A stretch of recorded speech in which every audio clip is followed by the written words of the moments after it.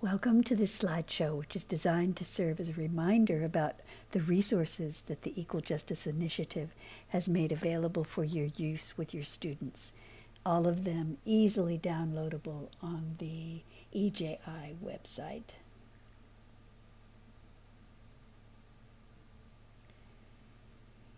We are haunted by our history of racial injustice in America because we don't talk about it.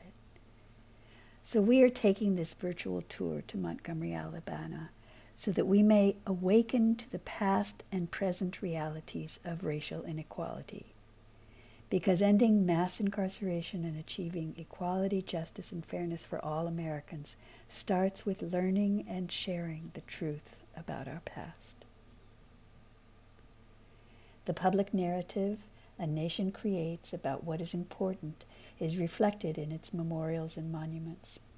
Who is honored, what is remembered, what is memorialized, tell a story about a society that can't be reflected in other ways. And that's a quote by Brian Stevenson, the executive director of EJI. EJI's Legacy Museum is located on the site of a former warehouse where enslaved black people were auctioned to the highest bidders in Montgomery, Alabama. This narrative museum uses interactive media, sculpture, videography, and exhibits to immerse visitors in the sights and sounds of the domestic slave trade, racial terrorism, the Jim Crow South, and the world's largest prison system. The National Memorial for Peace and Justice, set on a 6-acre site. The memorial uses sculpture, art, and design to contextualize racial terror.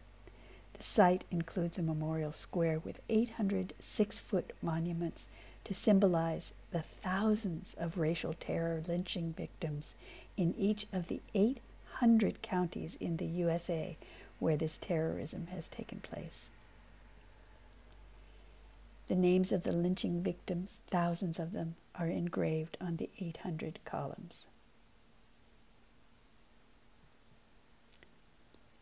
Criminal justice reform.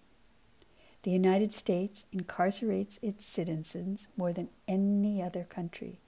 Mass incarceration disproportionately impacts the poor and people of color and does not make us safer. The Equal Justice Initiative is working to end our country's misguided reliance on over-incarceration.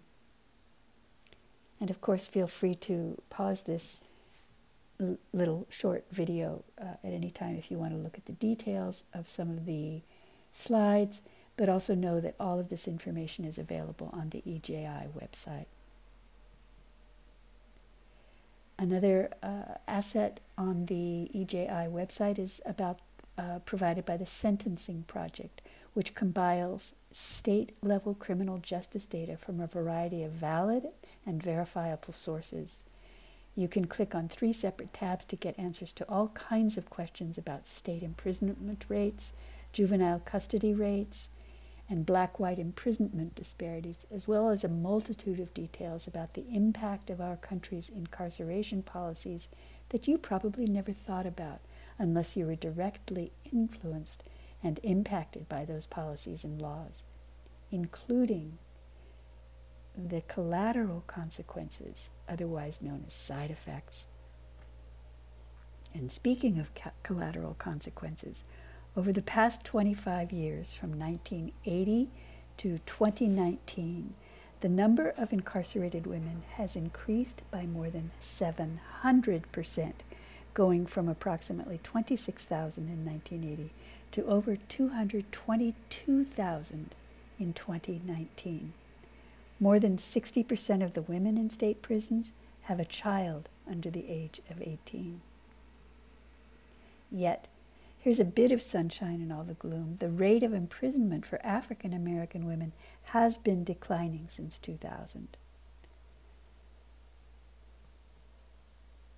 Also on EJI's website is a wealth of videos to support you in your efforts to educate and expand your and your students' understanding. Many of the videos are short in length, easy to watch, and cover a broad range of relevant topics. Also on EJI's,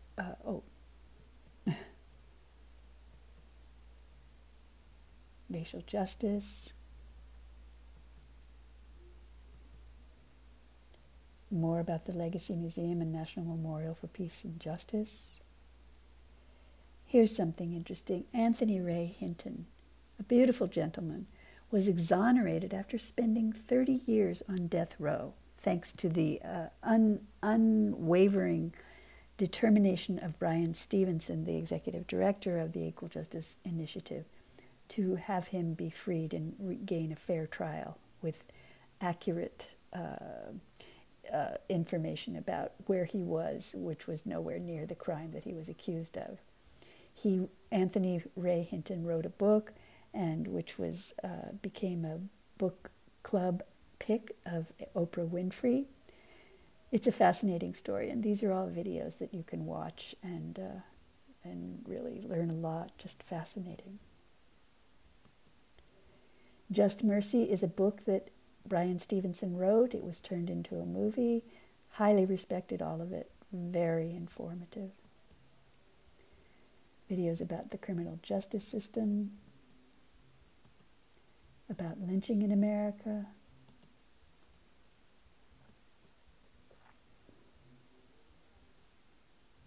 Excerpts from the Peace and Justice Summit of 2018 with highly respected speakers. And more about EJI.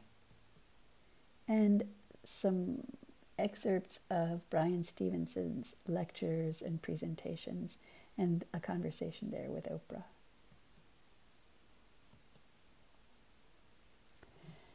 Some politicians would have us believe that crime rates are soaring, but that's just not true, based on verifiable and valid research from the Brennan Center, which shows that crime rates in America's 30 largest cities remain near historic lows, and that now is the time to end mass incarceration policies that unfairly target immigrants and communities of color.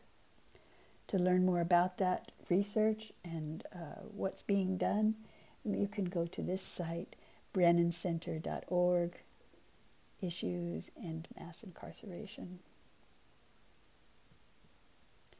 And what about this thing we hear about defund the police? And what are these people actually wanting? It's about reallocation of funds and divesting to reinvest in something that will keep people out of the criminal legal system. It's not so much about taking away from the police as it is about reinvesting and investing in communities to create opportunities for people, not just to live, but for communities to actually begin to thrive.